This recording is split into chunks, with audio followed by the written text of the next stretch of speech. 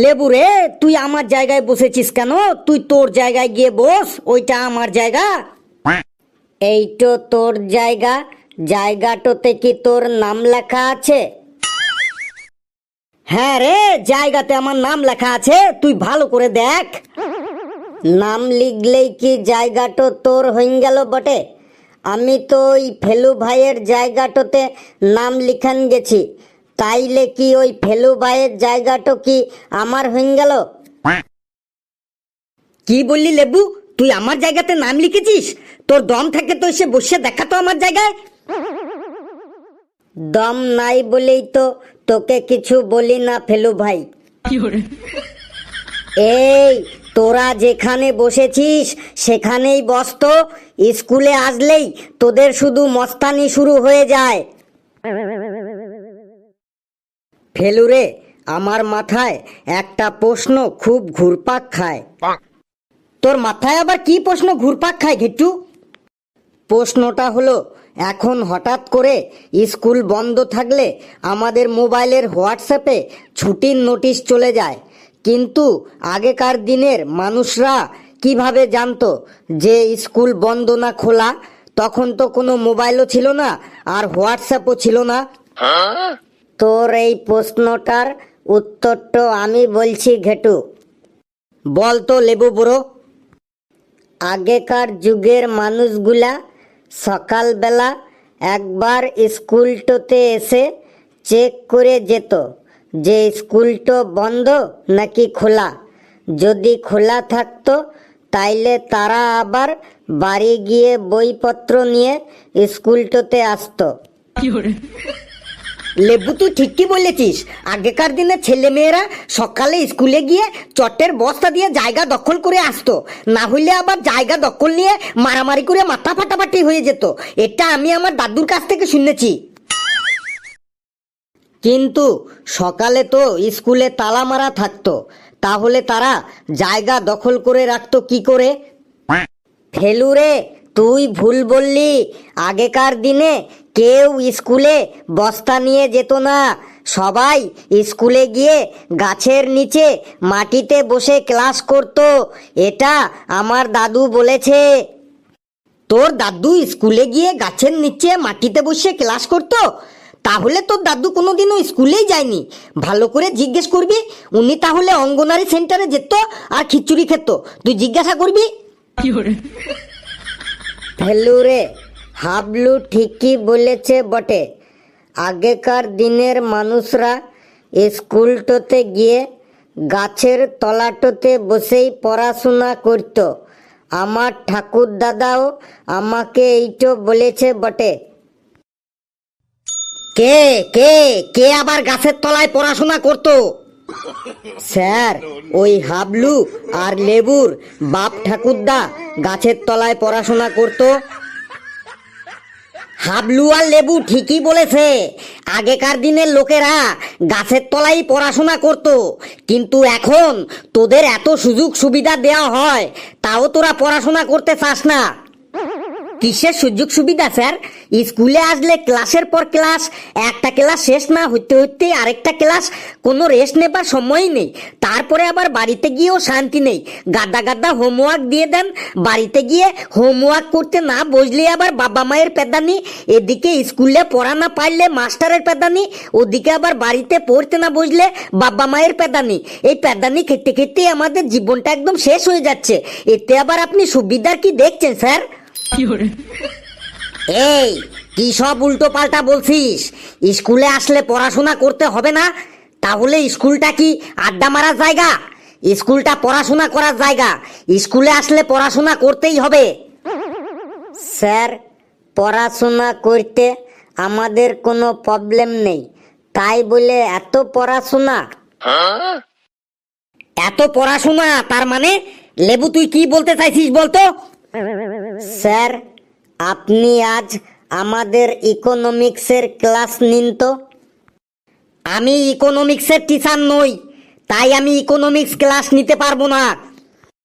দেখলেন তো, আপনারা একটা সাবজেক্টের বাইরে অন্য সাবজেক্ট পড়াইতে পারেন না, তাইলে আমরা এতগুলা সাবজেক্টের পড়া একটু মাথাটুতে কি করে মনে রাখবো আপনিই বলুন। তাইলে আমাদের মাথাটুতে কত প্রেসার পড়ে বটে? লেবু, বাইরে 42 ডিগ্রি তাপমাত্রা, এমনিতেই আমার মাথাটা গরম হয়ে আছে। তুই আর আমাকে গরম করিস না কিন্তু, না হলে কি থেকে কি অঘটন ঘটিয়ে দেব তুই টেরও পাবি না কিন্তু। এই তোরা সবাই বস। এই আজ তোদের আমি জীবন বিজ্ঞানের খাতা দেখাবো, তোরা সবাই মার খাবার জন্য তৈরি হয়ে থাক। স্যার, এই 2 সপ্তাহ ধরে লাগাতার কন্টিনিউ আপনার হাতের মার খেয়ে যাচ্ছি। আজ আর মারবেন না স্যার, আমাদের পিঠগুলোকে একটু রেস্ট নিতে দিন স্যার। হ্যাঁ স্যার, ফেলু ভাই ঠিকই বলেছে বটে। গত কয়েকদিন ধরেই আপনার মারের ধারাটো অব্যাহত আছে। আজকে আমাদের একটু রেস্ট দিন, আবার কাল থেকে মার স্টার্ট করবেন। হ্যাঁ স্যার, ফেলু আর লেবু ঠিকই বলেছে। মার খেয়ে খেয়ে মোরা ক্লান্ত, ভাঙিয়া গেছে মোর 2টো দন্ত, আজ আপনি থাকুন একটু শান্ত।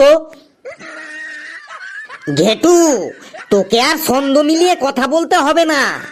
তোদের মেরে মেরে আমার হাতটাও ব্যথা হয়ে গেছে। থাক, আজ আর তোদের মারবো না। আজকের মাঠটা ডিউ থাকলো, পরে পঞ্জিকা দেখে একটা ভালো শুভ দিন দেখে এই মাঠটা আমি সুদে আসলে দিয়ে দেব। দেখি প্রথমে কার খাতা আছে। এখানেও সেই প্রথমেই লেবুর খাতা। এ কি লেবু, তুই কি লিখেছিস সেটা? প্রশ্ন এসেছিল আমরা পেট ভরে ভাত খাই কেন, আর তুই এইসব কি আজে বাজে লিখেছিস এইগুলো? স্যার, আমি কি আজে বাজে লিখেছি আপনি পড়ে শোনান। এই তুই এখানে আয় তো, তুই এখানে এসে তুই সবাইকে পড়ে শোনা তুই কি লিখেছিস। নে, সবাইকে পড়ে শোনা আমরা পেট ভরে ভাত খাই কেন, আর অ্যান্সারে তুই কি লিখেছিস। আমরা পেট ভরে ভাত খাই হাগু করার জন্য আর বমি করার জন্য। শুনলি তো তোরা, আমরা নাকি হাগু আর বমি করার জন্য পেট ভরে ভাত খাই। আমার হাতটা আজ একটু ব্যথা আছে, না হলে তোকে মেরে আজ আমি তোর হাগু বার করে দিতাম। তারপর তুই এটা কি লিখেছিস? প্রশ্ন এসেছিল গোল কৃমি আর ফিতা কৃমির মধ্যে পার্থক্য লেখো, আর তুই অ্যান্সারে এসব কি লিখেছিস পড়ে শোনা সবাইকে। গোল কৃমি আর ফিতা কৃমির মধ্যে পার্থক্যটা হলো রসগোল্লা খাবার পর আমাদের পেটে যে কৃমি হয় তাকে গোল কৃমি বলে। রসগোল্লাটো গোল বলে কৃমিটো গোল হয়। আর জিলেপি খাবার পর আমাদের পেটে যে কৃমি হয় তাকে ফিতা কৃমি বলে। জিলেপিটো ফিতের মতো পেঁচানো বলে কৃমিটো ফিতের মতো পেঁচানো হবে বটে। শুনলি তোরা, রসগোল্লা খেলে নাকি গোল কৃমি হয় আর জিলেপি খেলে নাকি ফিতা কৃমি হয়। এইগুলো কোন বইতে লেখা আছে বলতো? স্যার, এইগুলা কোনো বইতে লেখা নেই, আমি আইডিয়া করে বানায়ে বানায়ে লিখেছি বটে। তুই এবার এখান থেকে ভাগ, না হলে তোকেও এবার আমি বানিয়ে দেব কিন্তু। এবার কার খাতা আছে দেখি। কালো সুন্দর গুড় খাকে, মানে কালুর খাতা। কালু, তুই এখানে চলে আয়। হাবলু, তুই বলতো বাবা, নিশাচর প্রাণী কাকে বলে? একটা নিশাচর প্রাণীর উদাহরণ বলতো। স্যার, যেসব প্রাণী রাতের বেলায় জেগে থাকে আর দিনের বেলায় ঘুমায় তাদেরকে নিশাচর প্রাণী বলে। যেমন পেঁচা একটা নিশাচর প্রাণী। একদম ঠিক বলেছিস, কিন্তু এই কালু কি লিখেছে শোন। এই কালু, নিশাচর প্রাণী কাকে বলে তুই পরীক্ষার খাতায় কি অ্যান্সার লিখেছিস সেটা তুই সবাইকে পড়ে শোনা। নিশাচর প্রাণী কাকে বলে? যে প্রাণীরা সারা রাত জেগে থাকে আর দিনের বেলাতে পড়ে পড়ে ঘুমায় তাদেরকে নিশাচর প্রাণী বলে। আমি তো এটা ঠিকই লিখেছি স্যার। এবার উদাহরণটা কি লিখেছিস সেটা পড়ে শোনা সবাইকে। নিশাচর প্রাণীর উদাহরণ হলো আমার দিদি একটা নিশাচর প্রাণী। ও সারা রাত জেগে জেগে ফেসবুক করে, ইনস্টাগ্রাম করে, আর দিনের বেলায় পড়ে পড়ে ঘুমায়। শুনলি তো সবাই, ওর দিদি নাকি একটা নিশাচর প্রাণী। তোরা এসব কথা পাস কোথায় বলতো? এর পরের অ্যান্সারটাও তুই ভুল লিখেছিস। কোনটা স্যার? হাবলু, তুই বলতো উভচর প্রাণী কাকে বলে, তার একটা উদাহরণ বলতো। স্যার, যে প্রাণী জলেও বাস করে ডাঙায়ও বাস করে তাদের উভচর প্রাণী বলে।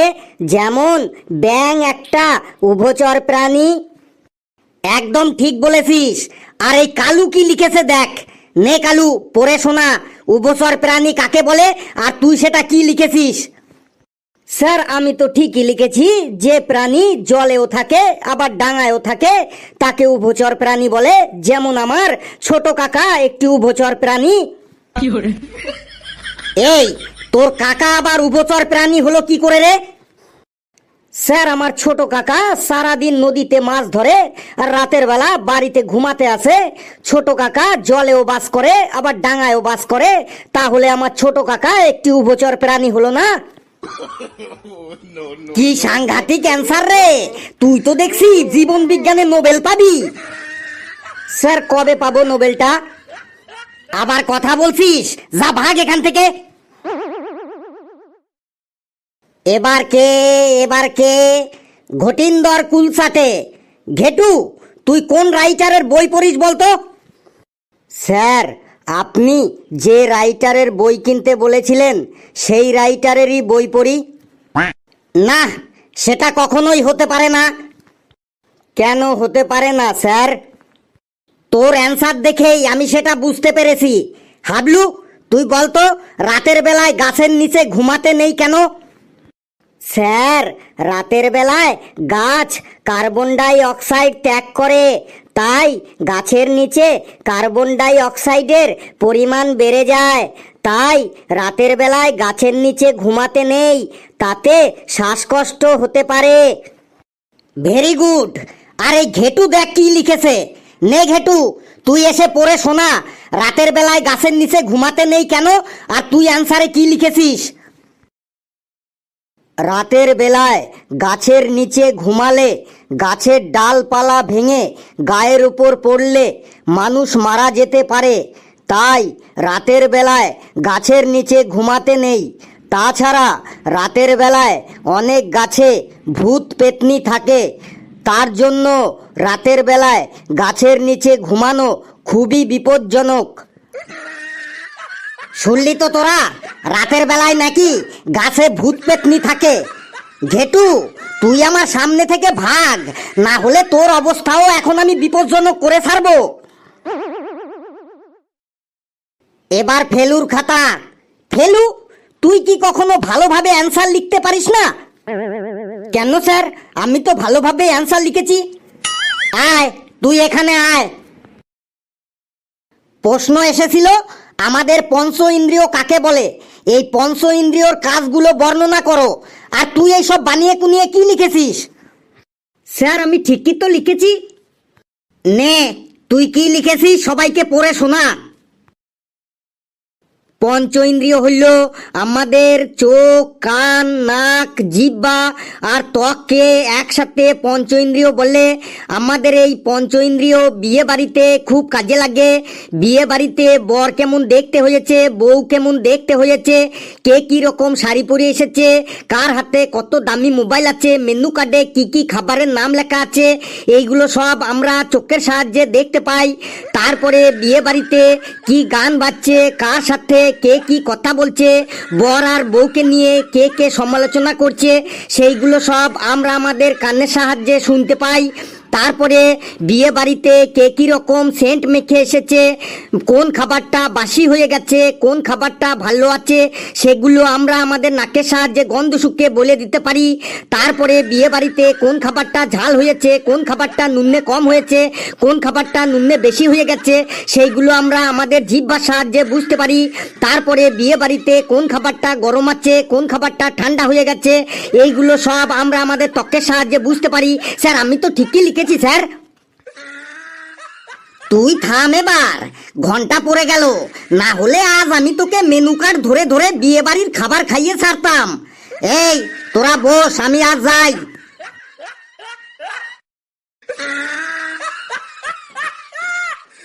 বন্ধুরা ভিডিওটি কেমন লাগলো আপনারা কমেন্টসে জানাবেন, আর ভিডিওটি লাইক করবেন, যত পারেন শেয়ার করবেন, আর চ্যানেলটিকে সাবস্ক্রাইব করে আমাদের সাথেই থাকবেন। হাসতে থাকুন, সুস্থ থাকুন, যত বেশি হাসবেন তত বেশি সুস্থ থাকবেন। সকলে খুব খুব ভালো থাকবেন। আর আমি কি কিছু ভুল বললাম? পঞ্চেন্দ্রিয়র কাজগুলো আপনারাই বলুন।